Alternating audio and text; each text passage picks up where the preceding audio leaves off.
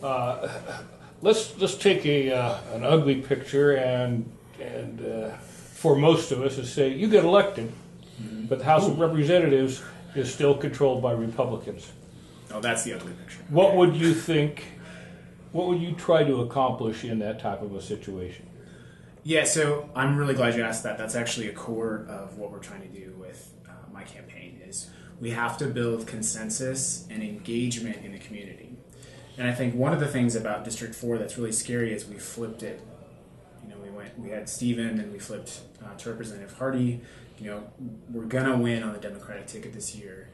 We have to have community support for that candidate, who that person is.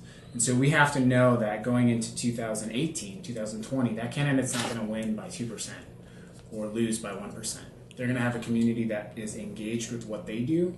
And so the very first thing that I would do, even before we start addressing some of these national platforms, is build that strong community support for the Democratic ticket in Nevada so that I can go to Washington and not be afraid of what's going to happen in 2 years. It's scary because when you run for Congress, as soon as you get your furniture settled in, you have to start running again.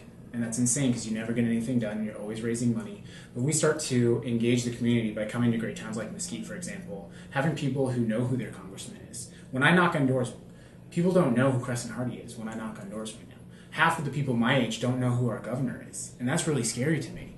So if we can start to build some of that engagement by getting people excited, then in 2 years when I have to run again, I'm not going to have to worry about it. So yeah, there's a lot of national issues that are super important, but that's the first thing I'm going to start tackling.